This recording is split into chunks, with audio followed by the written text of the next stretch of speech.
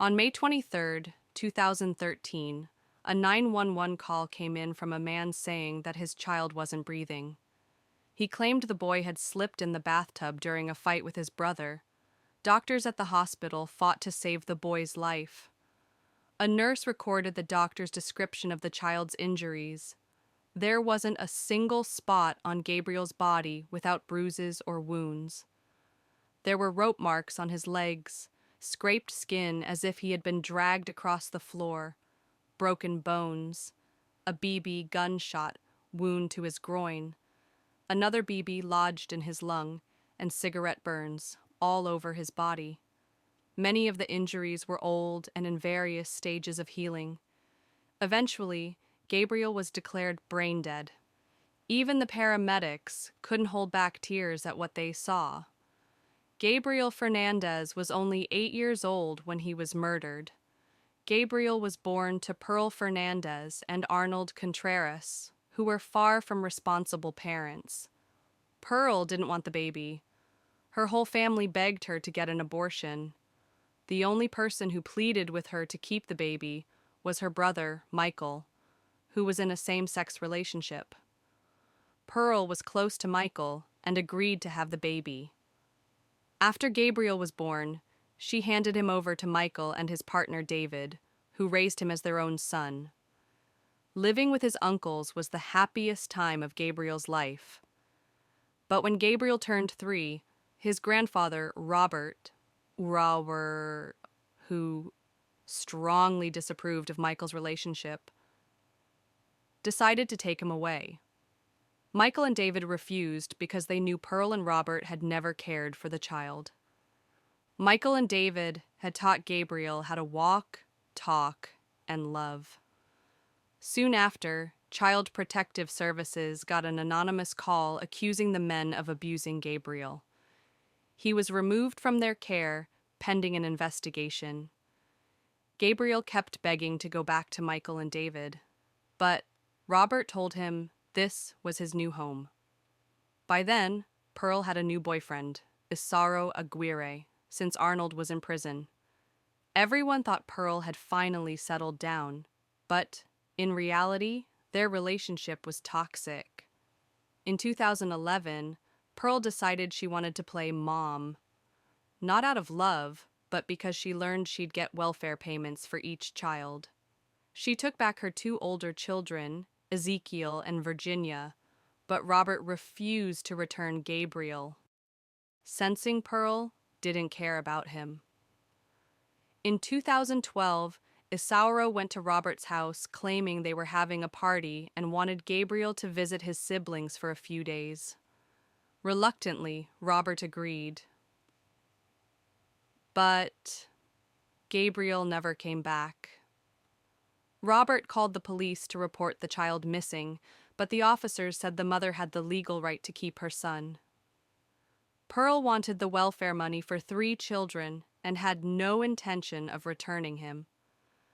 Gabriel was confused and scared as he was passed from one household to another.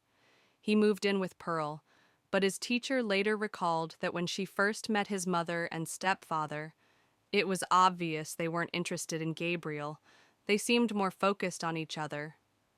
Gabriel was a sweet, friendly boy who made friends quickly during his first week at school, but soon he began asking alarming questions like, "Is it normal for moms to hit their kids?"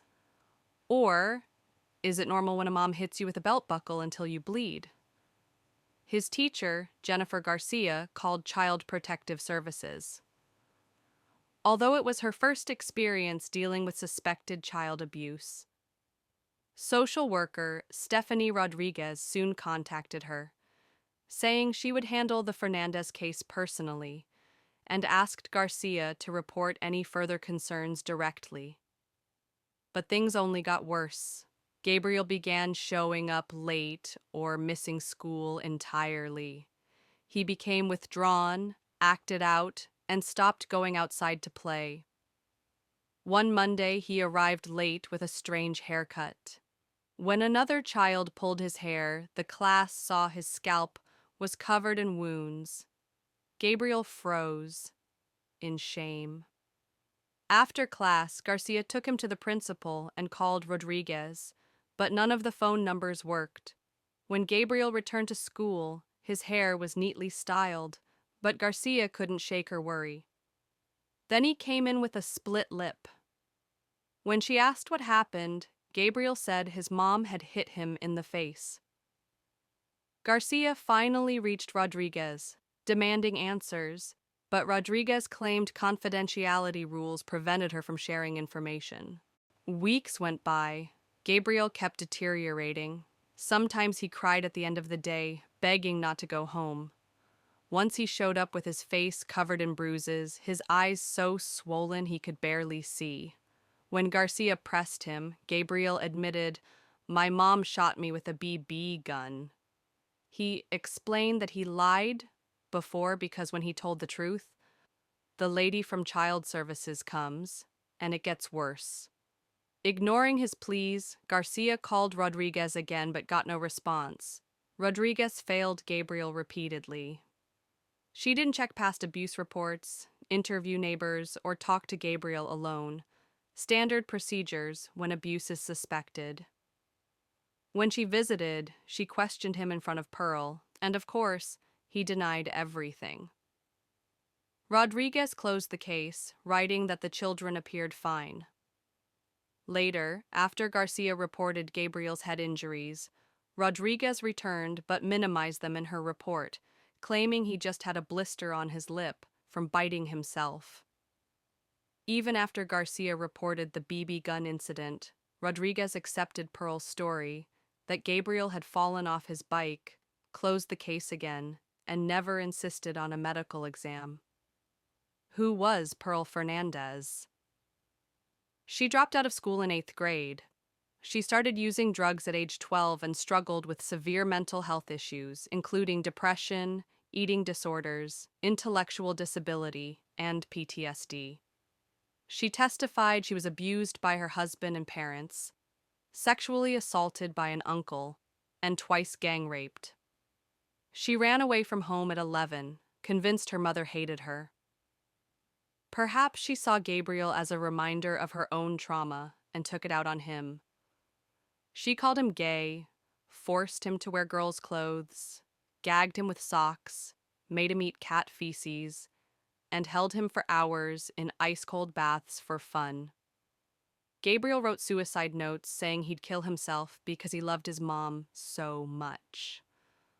Pearl dismissed them as attention-seeking and showed them to Rodriguez, maybe preparing to get rid of him. Pearl's younger sister, Melissa, was close to Gabriel. She visited once and saw his bruises.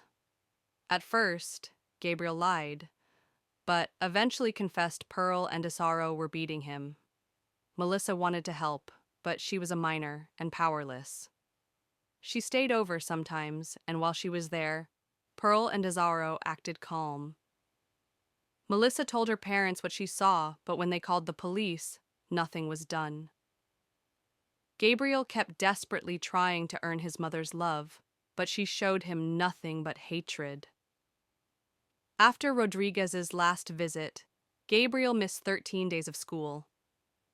He came back in time for Mother's Day activities, looking worse than ever. His teacher didn't pry, but asked if he wanted to make a Mother's Day card. Gabriel said yes and carefully crafted it. Garcia called Rodriguez again, but again got no answer. A few days later, Gabriel complained of eye pain at school. The nurse, Donna Evans, recorded his injuries to report them to Child Protective Services. But she made a critical mistake. She called Pearl and asked her to pick him up early. That night, Pearl and Isaro locked him up, ordered Ezekiel to beat him, and when Ezekiel refused, they beat him too. Ezekiel whispered to Gabriel to fall after the first hit to avoid more pain. Pearl and Isaro tortured Gabriel with BB gunshots, beatings with steel-toe boots, pepper spray to the face. They treated him like an object, keeping him only for welfare money. Once, when Pearl applied for benefits, a security guard saw Gabriel's cigarette burns on the back of his head and bruises under his eyes. The boy's battered body was a silent scream for help.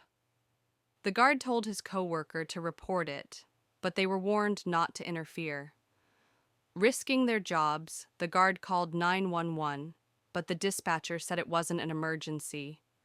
A deputy checked the home later but saw nothing suspicious.